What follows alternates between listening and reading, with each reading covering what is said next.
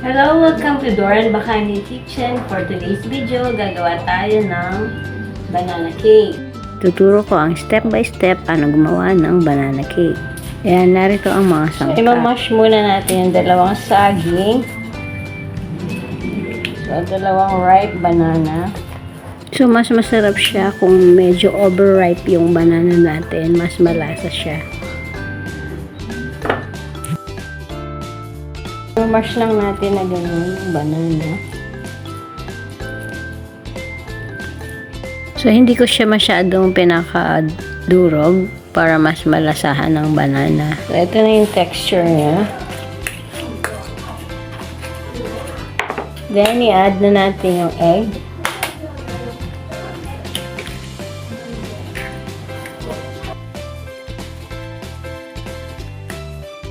Then, i-add na natin itong mantika,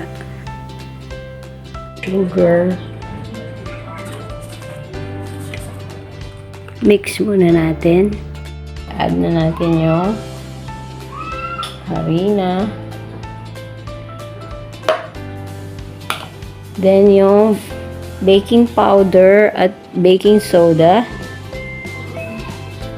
Then, yung Pinch of salt. hanggang sa mag-well combine na ang ating sangkap. Yan, gagamit lang tayo ng spatula. Tingnan nyo na lang ang complete ingredients sa ating description. So, ito na siya. Malapit na. So, napakadali lang gumawa ng banana cake. Natin sa ating aluminum Pan. Bali yung aluminum pan natin, nilagyan natin ng oil para hindi siya dumikit. Or pwede rin lagyan nyo ng parchment paper sa ilalim. Habang nagbe-bake, siguradong maaamoy nyo ang napakasarap na aroma ng banana cake.